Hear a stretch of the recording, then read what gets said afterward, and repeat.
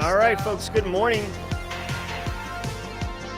Today is May 3rd, 2023. Welcome to Simply Cyber, Daily Cyber Threat Briefing, episode 358. I'm your host, Dr. Gerald Dozier, and over the next 45 minutes, me, you, Andy Nakamura, Stephanie Lukowski, Matthew Netchie, all the Dolphins, Marcus Seiler, John De La Cruz, Joel Belton, and so many more, including you, Simply Cyber community members, will be tearing off the roof of the top cyber news stories of the day, and I'll be giving my expert opinion and analysis on each of those stories, on what it means to you as a practitioner, or if you're looking to break into the industry. There's going to be value for you here. Believe that. Be sure to engage in the networking, because it is all good people in here. Suckers not allowed. Bad vibes not allowed. Good vibes only. So chill out, settle in. We're going to have a great show. Before we get into the show, though, I do want to shed some love on the stream sponsors, starting with my good friend Brandon Poole over at Panoptcy Security. Panoptcy Security is a full-service security consulting firm, but one of the things that they do exceptionally well is quantified risk assessments. Jerry, what's a quantified risk assessment? Is this the heat map thing? No. Heat maps and risk assessment outputs are typically qualitative. A quantitative risk assessment takes longer, costs a little bit more money, but the output of a quantified risk assessment has more value than a qualitative risk assessment. Good, fast, cheap, pick two. Quantified risk assessment is well, I guess it's not good or fast. It's great.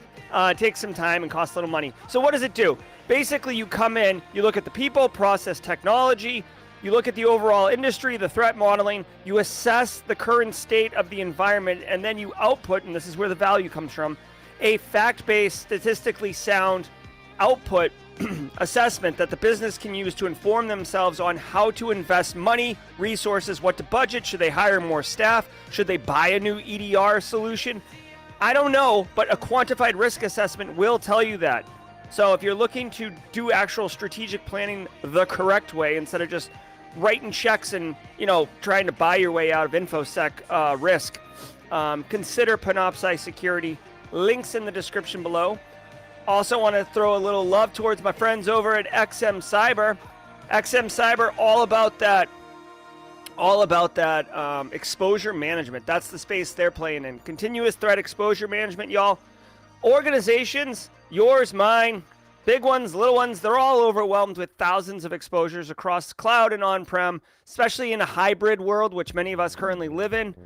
And on a monthly basis, more and more exposures come. So efficiently reducing the risk of those exposures is nearly impossible. In fact, I would even say it is impossible. I don't know how many.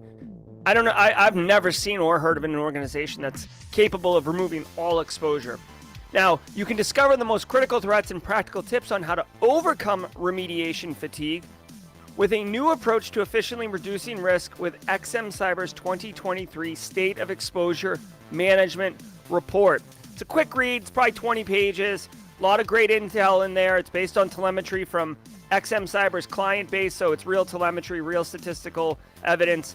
The TLDR here is, guys, you want to focus on mission-critical, like choke points, really gross exposures. You can't treat all vulnerabilities equal, basically. Misconfigurations, security patching, mismanaged creds, they're all problems, but not all of them are equally bad. That's what exposure management is, and that's what XM Cyber is all about. So go click on the link below in the description. It would actually go a long way towards helping me and help support the channel if you do click on that link. And also Barricade Cyber, but we'll get more of Barricade Cyber and all that delicious Eric Taylor action at the mid-roll.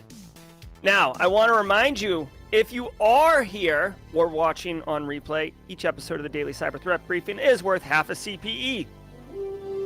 So be sure to document it by saying, "What's up?" Take a screenshot. Do what you do, but just know that this is an instructor-led webinar. I've looked at the policies for ISC Squared and ISACA. I would argue that I do know what I'm talking about and that I am leading a webinar right now on a threat briefing. So if that doesn't qualify, then you tell me what. Like, is it just a cash grab? All right. So how might you say that you're here? How might we do a roll call Well, obviously it's Worldwide Wednesday, so we're going to knock that out. But first of all, if you're Team Live, say Team Live in chat, please. If you're Team Replay, I love Team Replay. You guys know that. I engage with you in the comments. Love seeing them throughout the day. So hashtag Team Replay. We've got some regulars in there that show up on the regular. That's why they're called regulars, LOL. But just, make sure you get credit for being here, basically. Also, hashtag Team Hybrid. If you came in late and you're catching up, or you had to step away and pause the stream, catch up, get live. Let's be here together. Finally, my friends, passive observers, trying to get you to step into the networking light. We got a good one. Hashtag passive observer for you. Take your first step into networking with other security professionals and people looking to get in the industry. I guarantee you this. And chat, if someone wants to have this conversation, go for it. I guarantee you this. Anybody in chat right now, out of the 158 people who are here right now, any one of you who have pivoted into cybersecurity from another field, tell me if networking was valuable. Tell me if you would wish you'd start networking sooner.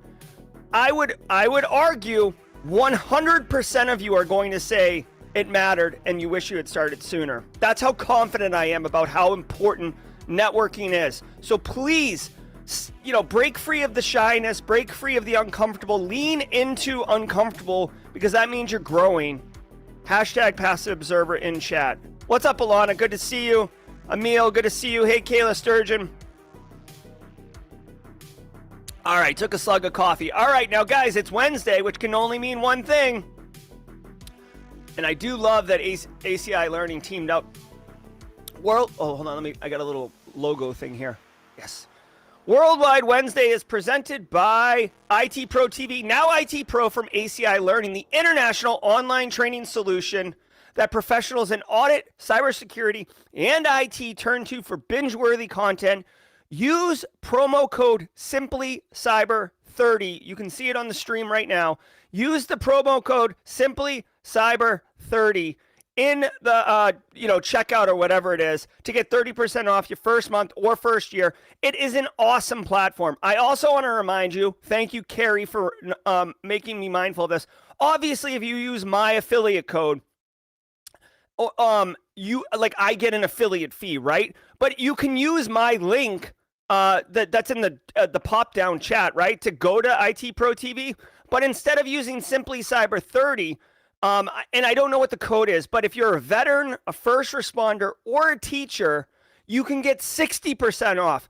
So again, as much as I would love you to use my code for affiliate fees, what I want you to do is save the most amount of money possible. So use 60% off code if you're a veteran, a first responder, Jeremy Williams, I'm looking at you in the boo-boo bus, or a teacher.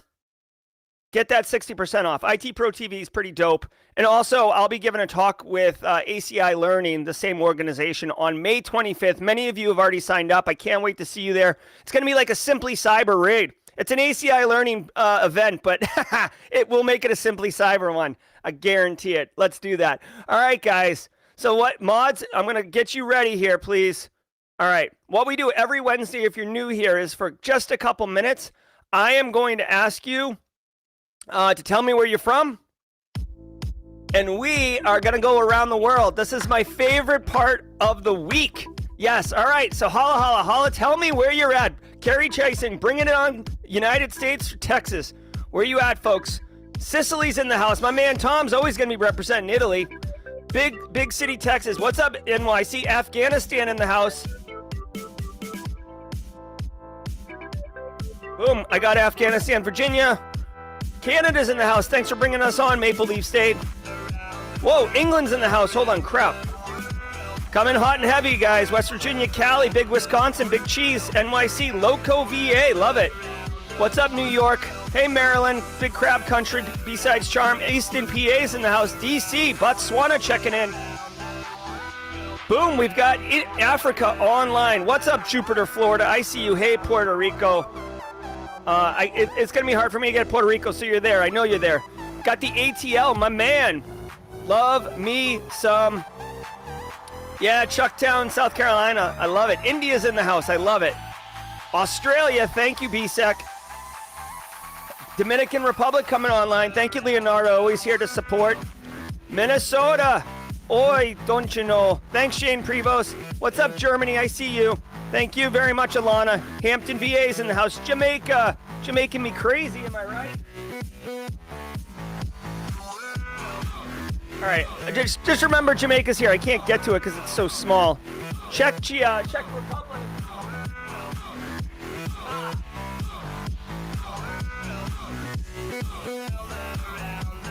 Yes, all right, we got Chechia's in the house. Vietnam, thank you. Boom, look at us. We've got Asia, we've got Africa. Where's our South America people? Come on, man. Illinois, JM. I love it. Vietnam's in the house. Great to have you. We are international, M5 coach. We're living large, man. It's Worldwide Wednesday. South of Cuba.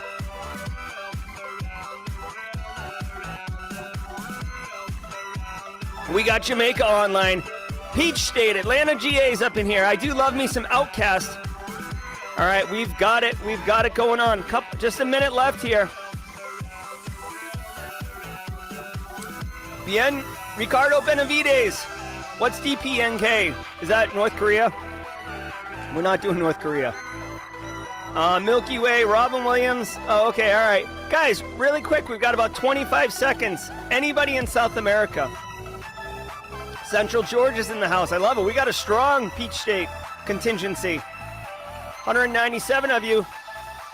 We're coming down to it, guys. What are we doing? What are we doing? All right. Looks like we're rounding out. Kind of came in hot and heavy and then petered off there, man. Wow. All right, Kentucky. I see you, Bluegrass. South Carolina, I do love it. Left Coast in the house representing Peru. We're going to get Peru. Boom. Yes, people. All right, guys, I got to tell you. We just ran the world. We got North America, South America, Europe, Asia, Africa, and Australia. Holla at you.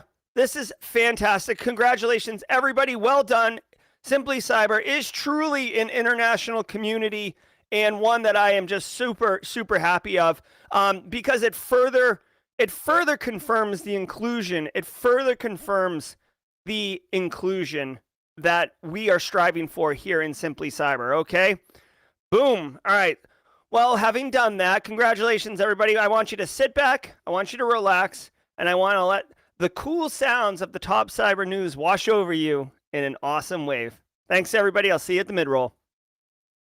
From the CISO series, it's Cybersecurity Headlines. It's Wednesday, May 3rd, 2023. Authorities seized 9 crypto exchanges used for money laundering. A joint operation conducted by the FBI and Ukrainian police seized 9 crypto exchanges used by cybercriminal groups to launder profits from illegal activities, including ransomware attacks and online fraud. The authorities seized the domains and underlying infrastructure located in the US, Europe, and Ukraine. Most of the platforms offered users live support and instructions in Russian and English, covering a broad spectrum of cybercriminal communities. All right. I'm a crypto evangelist. I love it, love it, love it. All right. So here's the deal. We heard of the large crypto exchanges like BTC, FTX, and Binance, specifically Binance, where there's this thing called like know your customer, and it's basically legislation that requires crypto exchanges and really any financial exchange to validate the human that is opening the account. And the idea is that it's going to curb down on fraud. Also, thank you, Stephanie, for reminding me. So these large crypto exchanges finally, they basically, like, North Korea is stealing hundreds of millions of dollars. Ransomware is everywhere. But guys, you got to remember, if I rob James Randolph, right, for 200 million Bitcoins, right? Oh my God, I'm so rich. I am so rich. You know what you can buy with 200 million Bitcoins? Nothing. Like, you can't go to Target and buy a toaster with a Bitcoin. I cannot pay my water bill with a Bitcoin. I can't buy property with Bitcoin. I need to convert it into something. And that's where these exchanges come in. That's the whole point, right? Now, because like every other business, if there's a market for it, business will crop up, right? No one's selling. I guess what is something that no one would sell anymore? Like, no one's selling modems, yellow pages, rotary phones, right? Like, you wouldn't get into the rotary phone business right now because there's no market for it, right? But a cell phone business, a cell phone repair business, there's a market for it. So obviously, whoever was running these exchanges was like, hey, you know what? There's a ton of criminals with a ton of cryptocurrency that absolutely need to get it converted. Let's get a piece of that action. Let's get a little taste. So 24x BTC, 100 BTC, they're opening in the United States, in the UK, all these places. And basically, they're like crypto exchanges, but essentially they were built out for criminals to exchange and do money laundering for all intents and purposes. And these exchanges were probably trying to pretend, like, feign ignorance and be like, oh, I don't know. We do have customers, and we do know your customers, and I bet you anything that their processes were completely transparent, maybe only documented for the intent of having it to give to an auditor. It was probably bullcrap. So way to go, law enforcement, for giddy up on this. I'm telling you what, guys, if we're ever going to combat ransomware in a meaningful way, you have to hit it from everywhere. Like, just good antivirus, anti-malware, EDR, that's not going to stop ransomware. You have to nerf it across multiple dimensions. And if you get rid of the ability for the threat actors to convert the cryptocurrency into a currency that has value, or into something that has value, you further nerf it. Because why? Like, Fin7 will just go back to actually robbing straight bank accounts, because if you're sitting on a ton of assets that have no value, then you're not sitting on anything, right? So anyways, way to go, law enforcement. I'm super pumped about this. I hope they take down more. I hope they take them all down. Get them. Get them. T-Mobile discloses second data breach of 2023. On Monday, T-Mobile said it experienced a hack that started on February 24th and lasted until March 30th, affecting 836 customers. The data exposed varied for each customer, but potentially included name, contact info, social security number, government ID, date of birth, and account info, including T-Mobile account PINs. The hack is the second to hit T-Mobile this year and the company's ninth since 2018. Okay, so T-Mobile continuing to highlight that they cannot protect your data. They got hit again. Second time this year. I might remind you that we're not even halfway through the year at this point. And the information that got leaked was PINs, which is not good, right? Because that's how you call in and adjust your account. You give them a PIN. So there you go. Threat actors now would have access to your account by dialing in your social, your government ID, your date of birth, right? So social, government ID, and date of birth, that's enough to get you probably through most screenings. Like, you call a credit card company, you call Netflix, you call Amazon, whatever. I can provide you social, government ID, date of birth. I could probably open a bank account.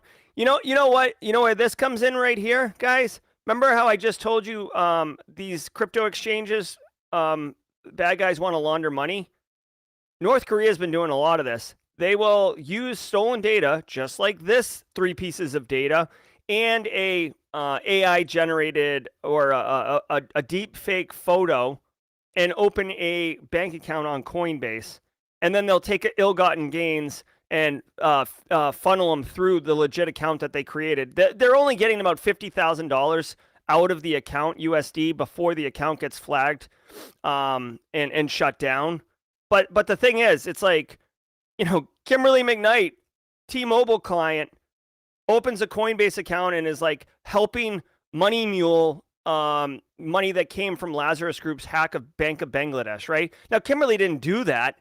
but it'll look like it. You know what I mean? So this has bigger ramifications than like, oh, T-Mobile, you suck. Like, just because you gave me like coverage everywhere and a free iPhone upgrade doesn't make it okay. As a quick joke,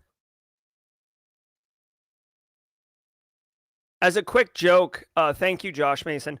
As a quick joke, Kimberly had shared with me in mod chat about Johan Ulrich, the guy who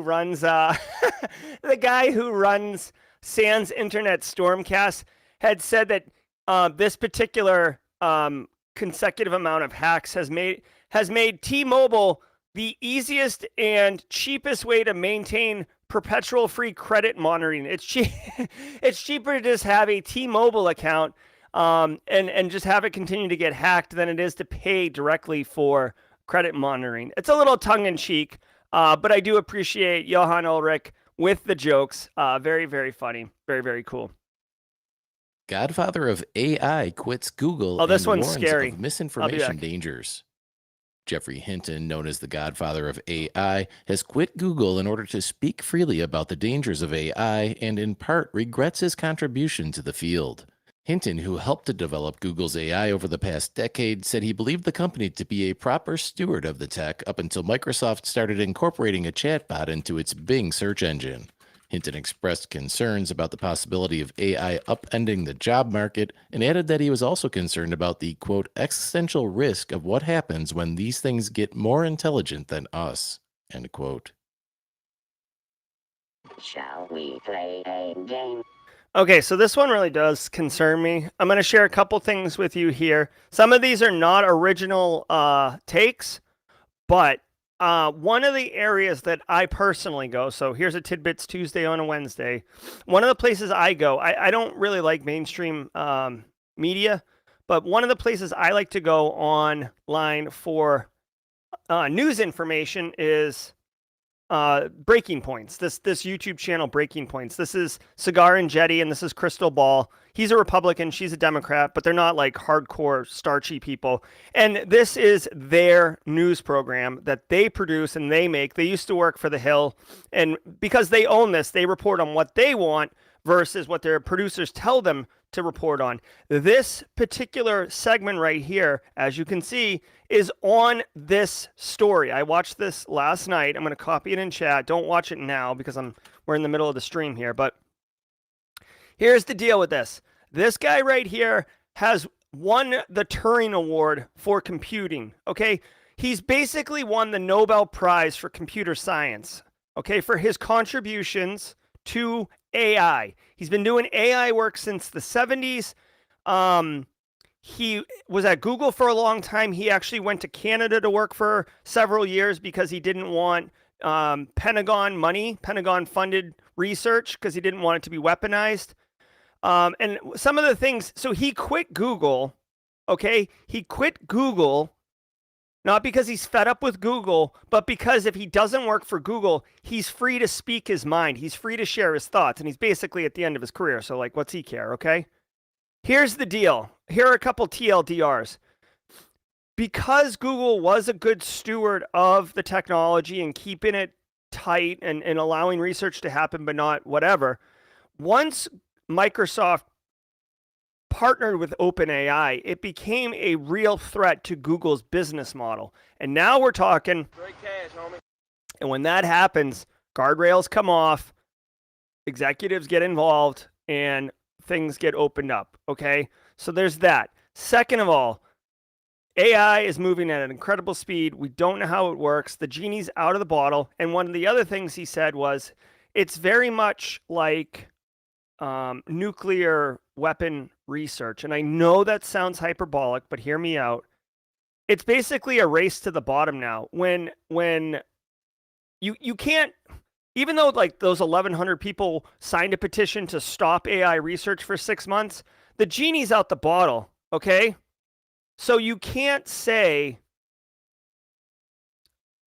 you can't say like, oh, everybody stop, because some faction of people aren't going to stop, and then they're going to have an advantage. So if it was like nuclear weapon research, right, and everybody was like, hey, these nuclear weapons could really like annihilate humanity, why don't we put a pause on that?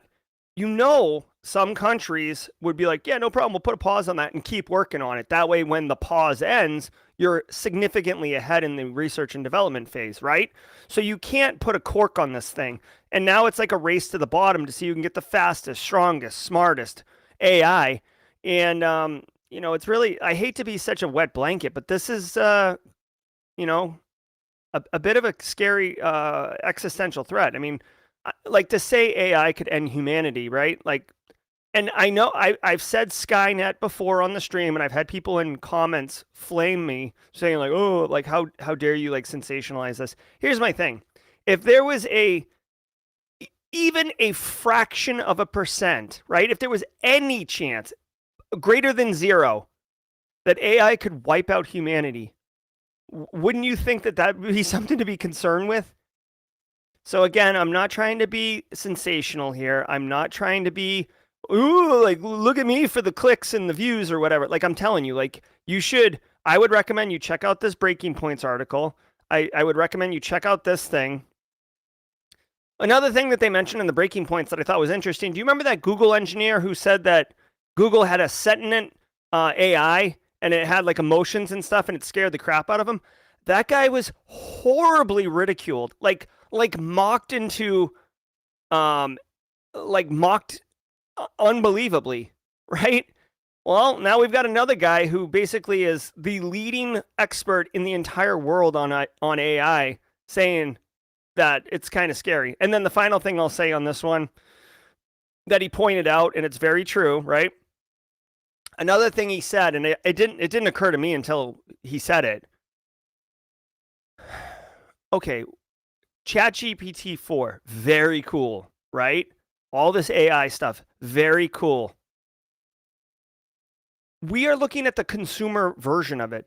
If you think for a second, the version that we have is the bleeding edge version, the version that the US Federal Department of Defense has access to, the version that the Google engineers are working on in the lab today, right now, then you're sorely mistaken. There's no way that they are releasing to the public the newest, fastest, smartest, real, borderline sentient versions of this AI. That obviously, right? Like, I mean, just the example, cigar, Jesus Christ, the version Cigar uses in the story is like when you buy a computer, like say you bought the fastest, newest computer today at Best Buy, like Dell and Intel are working on newer, faster computers today that aren't going to come out for 18 months, right? Same thing with this AI.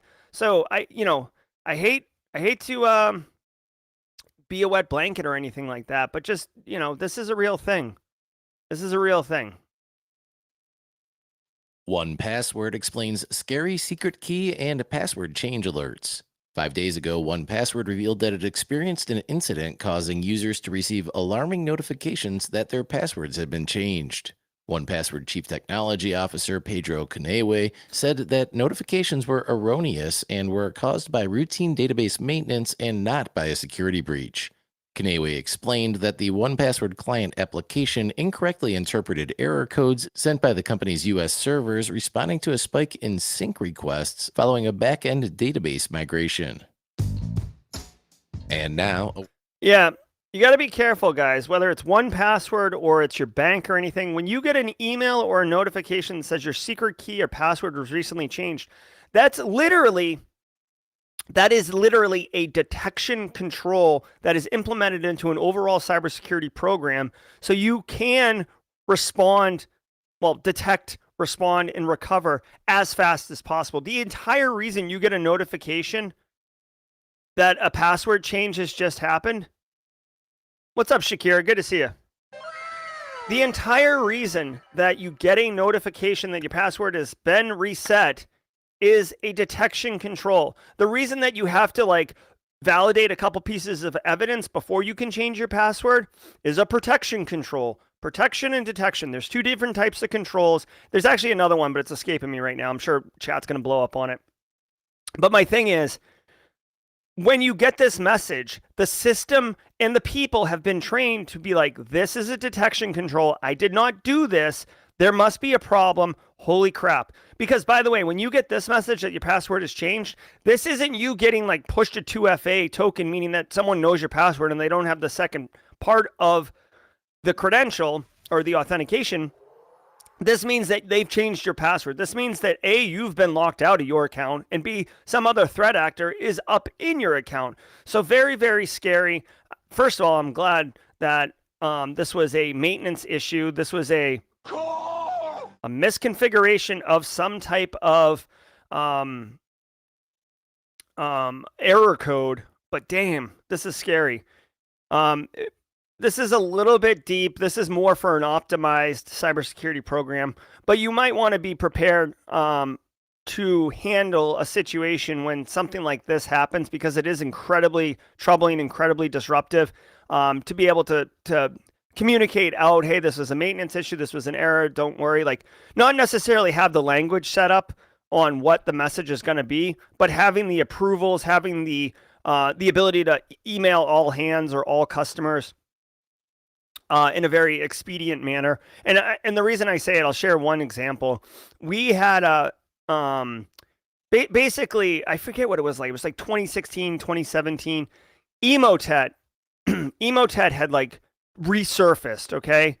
And we needed to communicate out to our entire user community, like 14,000 people, about something. I can't remember exactly, but it had to do with like the Emotet. Like, we couldn't block it or whatever, but we needed to get a message out to everybody in the community, or end user community, right? This is when I worked at the multi-billion-dollar medical university. And we didn't have access to email like all hands, right? You know what I mean? Like, not everybody can email all 15,000 people, right? That would be insane. So we had to go through a process and get approval, and public relations wanted to like tweak the message and all this other crap, and the communications people needed to weigh in on it, right? It was a big mess. Anyways, we got approval 3 weeks later. We didn't even send it anymore because the threat had already like come up. We dealt with a bunch of infections, and then it moved on. But my point is, if you don't have a mechanism for being able to communicate in an expedient manner when it really warrants it, then you run into situations where you're basically hogtied and unable to communicate and really reduce risk. So just a little, a little snake eyes, the more you know. You should definitely consider developing some type of workflow, like break glass in case of emergency type thing, to be able to email all hands. Word from our sponsor, Trend Micro. Cybersecurity is not just about protection, it's about foresight, agility, and resilience. Navigating a new era of cyber risk demands evolved strategies, new frameworks, and integrated tools to equip security teams to anticipate and defend against even the most advanced attacks. Trend Micro, the global leader in cybersecurity, is bringing the cyber risk conversation to more than 120 cities around the world in their latest Risk to Resilience World Tour, the largest cybersecurity roadshow of its kind. Find the closest city near you and register today to take a leap toward a more resilient future. Just head to trendmicro.com/CISO series. Yeah, love me some Trend Micro. All right, guys, if you're new here, this is what we do every mid-roll. If you're a regular here, hey.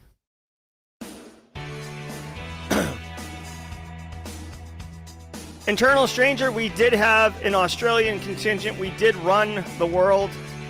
We ran them all. We got all of them, so it was great. Guys, I want to take a minute and... I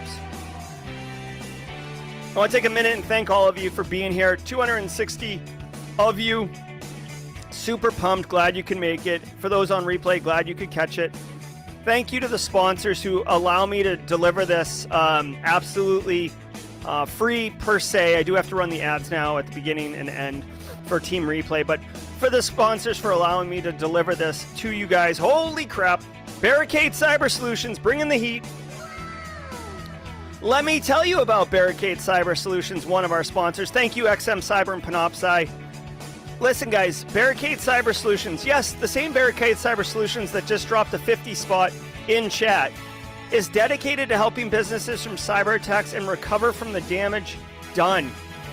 Cyber attacks can cause massive issues for businesses and send dedicated, hardworking business owners into turmoil, but Barricade Cyber Solutions knows how to mitigate the damage done by cyber incidents. Check them out at barricadecyber.com. Links in the description below.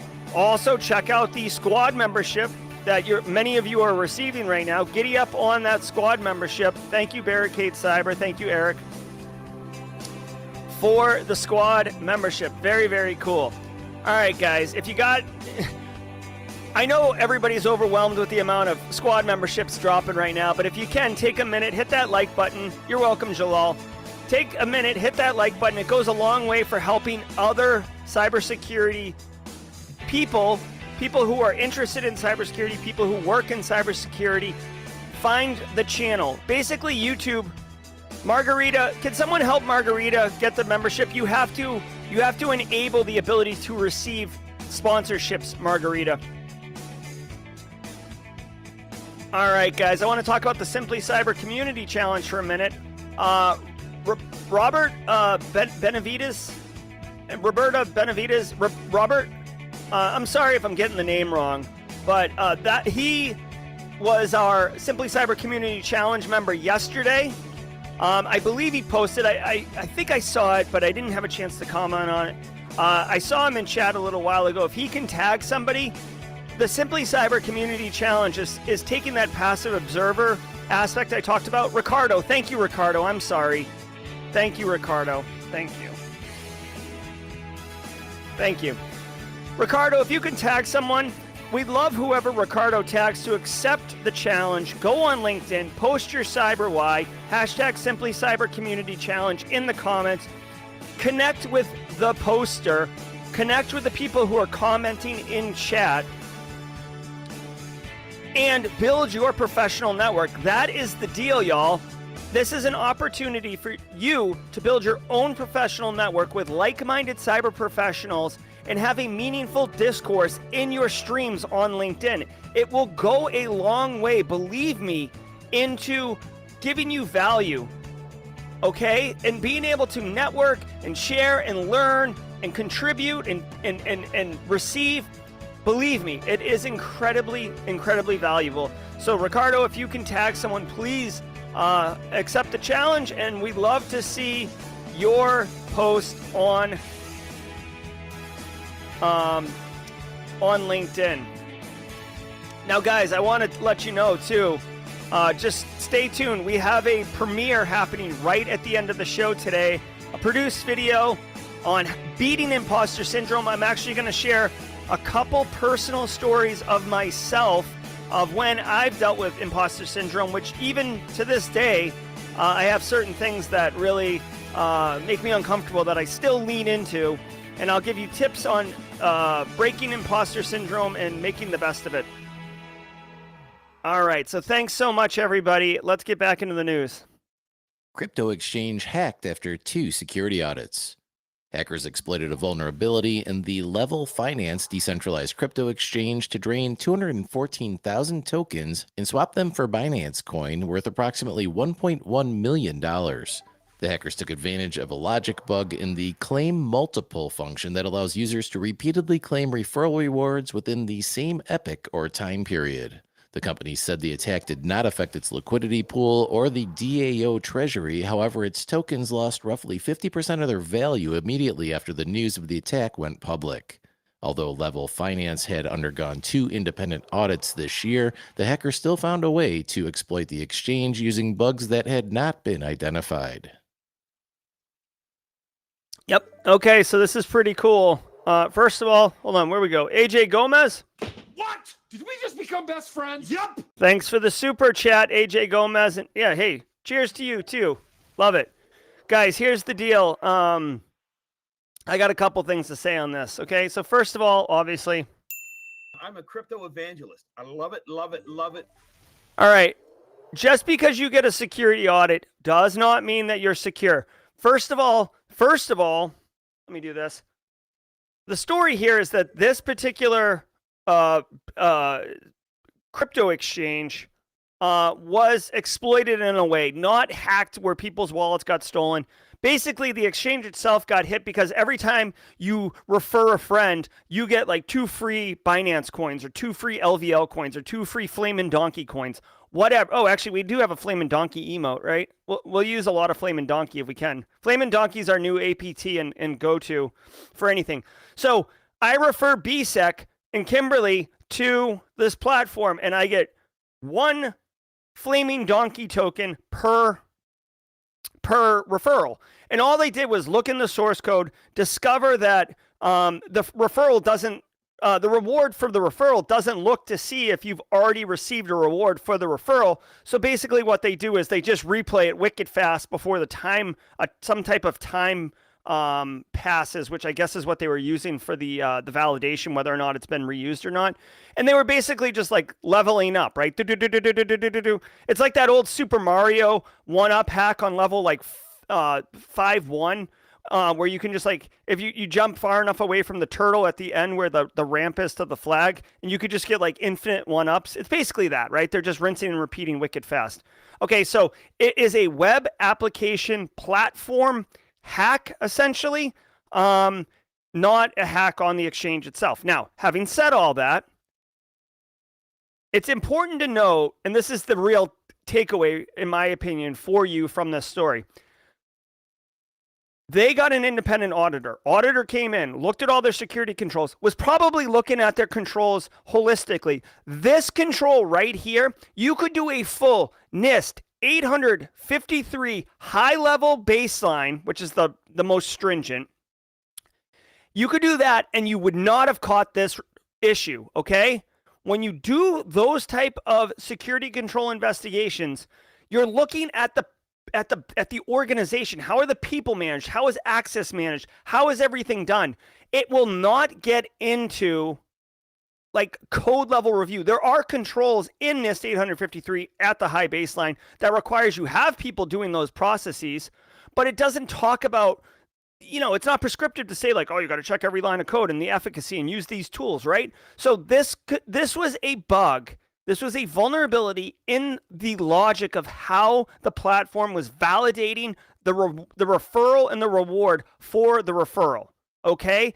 No level of control scrutiny would have caught this. The only thing that would have caught this is if you had really involved QA, QC code reviews, which did, get ready for it, use case testing for fringe cases, okay? That, like, dude, when you do software review and you look at the 80% of use cases, yeah, obviously you're going to catch all those.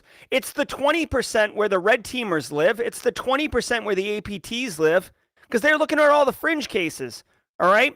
So just be mindful, dude. And I say this all the time. You will never remove all risk. You will always have some residual risk, period, full stop. The only thing you can do is make sure that you put in detection controls and have adequate response and recovery processes to limit the amount of pain and suffering that you get from exploitation of that residual risk. All right? That's all I got to say about that. Private GPT tackles sensitive info in ChatGPT prompts. A data privacy vendor called Private AI has launched a redaction tool aimed at reducing the organizational risk of employees entering sensitive info into ChatGPT. Private AI's new Private GPT platform integrates with OpenAI's high-profile chatbot, automatically redacting 50-plus types of PII in real time as users enter ChatGPT prompts. Private GPT sits in the middle of the chat process, stripping out everything from health data and credit card info to social security numbers before sending user prompts through to ChatGPT. All right. I mean, all right, so they've got kind of a middle filtering mechanism to keep employees from accidentally entering PII. This would indicate to me that these businesses are already allowing their staff to use ChatGPT for business processes that would involve PII. So that's concerning and interesting. Secondly, as far as I know, there's been no indication on what Microsoft or OpenAI is doing with the massive amounts of data sets that people are just throwing into it. So there's that for a concern. I mean, obviously, I actually just read. I thought it was going to be in the news. Let me see if I have access to this. Yeah, look at this. Why would they do this, Jerry? Here's a pro tip. ChatGPT confirms data breach. Okay? Eric Taylor shared this last night with me. I didn't go into the story yet, but, they will have data breaches. It's just a database. It's a really big, rich, complex database, but it's just a database that people just access. You could probably ask ChatGPT. Come on, they are aggregating. Yeah, okay. All I could say is I bet you could ask ChatGPT how to access, like if you did it in a certain way, you could probably ask ChatGPT how to exploit and get access to the data set behind ChatGPT. That's how fast we're moving here. Travis F. accepting the baton. Looking forward to it, Travis. In the chat, if Ricardo sent it to you, I would assume he did. I'll ask Jenny Housley. Jenny manages the Simply Cyber Community Challenge, so I'll just defer to her. So anyways, whatever. This doesn't surprise me. People are sticking all sorts of stuff. There was some report, I think it was like a Samsung engineer had put like intellectual property into ChatGPT. People aren't thinking, dude, here's another thing. Like you really should educate your end user community around ChatGPT. It's like one of those ones, like not kids, but like under 21-year-olds are going to drink alcohol. Like not all of them, but some will. So if it's going to happen in some capacity, at least educate them on it, right? Same with like doing drugs or smoking cigarettes back when that was a thing, right? Now that's like your social pariah. So we don't, or doing Juuls, is that what they call those things? Or vape pen things? You just gotta educate them. Same thing here, right? Maybe your organization doesn't want to use ChatGPT, but people are going to use it at home. People might use it at work on their own time. So just, you got to make them mindful of it and tell them about this. This private GPT, we'll see how it goes. Here's the thing. I don't understand where this sits. Is this like an extension that sits in between you and the browser? Because if that's the case, if you're using API direct calls, you're not going to get access to this. If this is a different GPT that's built on top of ChatGPT, which GPT are you getting? 3540? Are you paying private GPT and an extra fee? So it gets a little complicated. I like the idea in theory, but we'll see where it goes. NYPD pushes. The thing is, AI is moving way too fast. People are like coming up with all these ideas, and it's moving faster than humans are able to develop controls and solutions and policy and really think about what is going on. So this is just like, I don't know, man.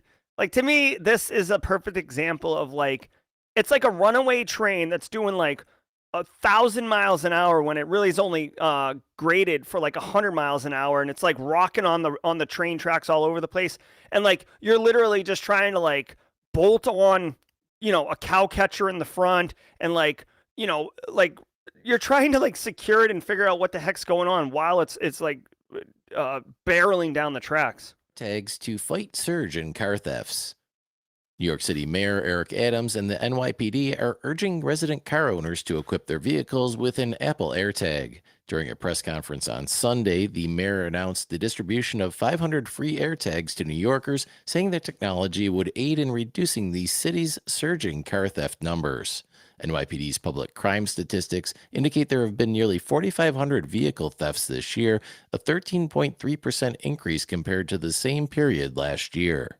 Coincidentally, on Tuesday, Apple and Google have come together to develop an industry specification to combat stalking via their AirTag and SmartTag tracking devices. Shortly after the companies released their tracking tags back in 2021, reports of privacy abuse violations became commonplace. Apple is also currently entrenched in a potentially very costly class action lawsuit. Samsung, Tile, Chipolo, Eufy Security, and Pebblebee, who make similar tracking devices, have all endorsed the new standard. Apple and Google hope to have a production-ready version of the specification by end of this year. All right. Okay, so AirTags, really well known.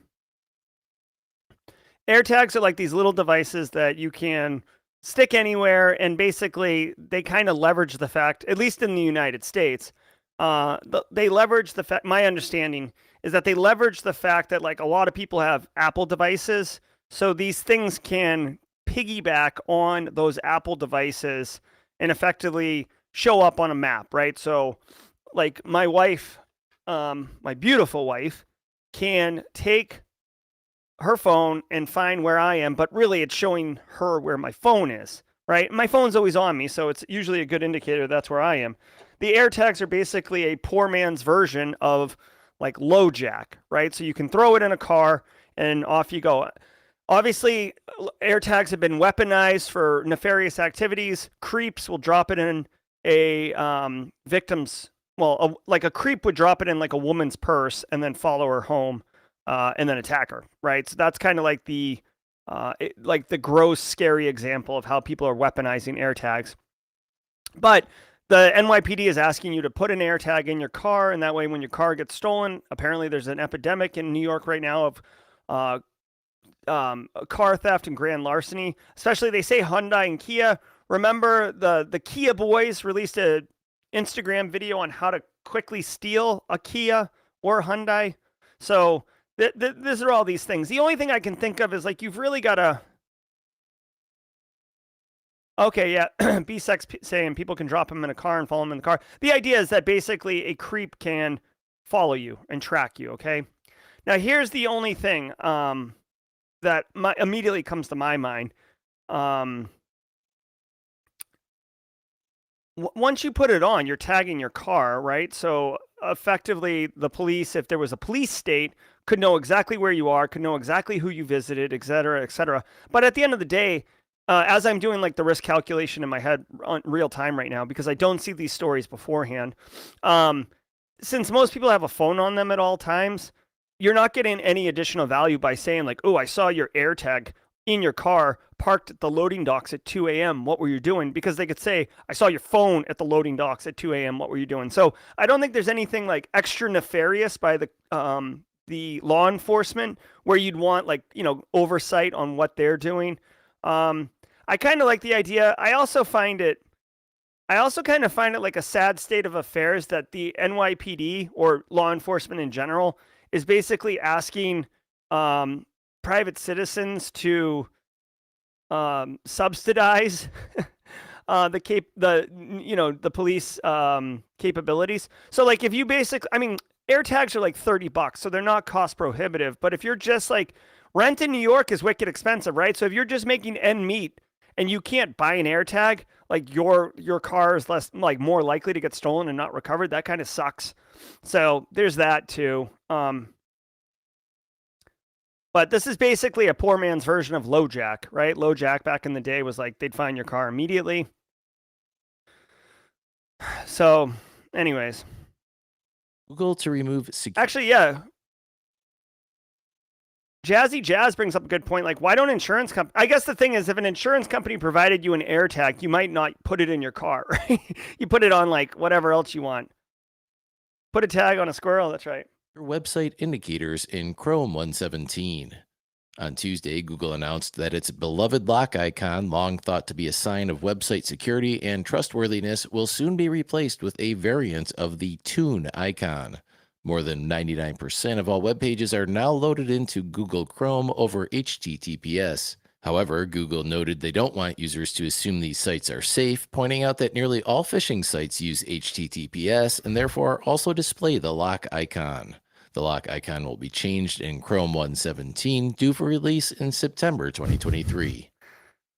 All right. And you know what? Strummy83 does make a very good point. If you can afford a car in New York City, you can afford an AirTag. That's actually a really great observation, Strummy. I know it's kind of like funny, but it's also true. All right, guys, we're at 8:55. I'm not going to spend a lot of time on this. The quick TLDR with this is that Google's basically saying that 99% of websites at this point are HTTPS, so we don't need to use the little lock anymore. They're going to switch to this like little tuning thing. You can see it in the graphic right here. Absolutely, absolutely, absolutely educate your end user community. This is a quick little one hitter. Tell them that the lock is going to go away and it's going to start looking like this, because we have trained our people to look for the lock. So when it changes, there's going to be a little disruption. They may not think it's secure. This is a quick, easy win to let people know that this is changing. A lot of people use Chrome. I could even imagine Firefox and Brave, etc., moving towards this as well, since Chrome has such a market dominance that they'll want to hook up and subscribe and like align with what Chrome's doing on this case. So that's the TLDR here. Also, really quickly, a quick round of applause for us. What would be best? Quick round of applause for all of us. Dude, it used to be the other, like back in the day, like nothing was encrypted. Clear text all over the place. Let's Encrypt went a long way to help websites get encrypted. 99% are encrypted now. Way to go. I'm going to call that a win. All right. Now, for unencrypted websites, we'll just throw those out. Just an excuse. Just an excuse to use the yeet sound. Really quickly, we've got the Beat Imposter Syndrome live stream. Beat Imposter Syndrome produced video dropping in just a few minutes. When I end the stream, it's going to automatically bounce you over there. But what I want to say really quickly is two things. While you're waiting for that, I actually dropped a little short on Simply Cyber yesterday. If you're interested, it's a quick little ChatGPT hack. Like literally, it's like a 30-second video, 45-second video. It's a ChatGPT hack to optimize your resume and write a cover letter for you for a very specific position right in like 30 seconds. It's awesome. So please, take advantage of this if you can. And then come on over to the Imposter Syndrome stream. I'll meet you over there. Appreciate you all being here today. Congratulations, Worldwide Wednesday, for running the gamut. Jeff Fuller. What? Did we just become best friends? Yep. Thank you, Jeff Fuller. All right, guys, I'll see you over in chat on the premiere for Beating Imposter Syndrome. Thank you all very much. Apologies to NCC Group and Base Case for going over. As always, you guys are the best. Thank you. Until tomorrow, or actually until 2 minutes from now, stay secure.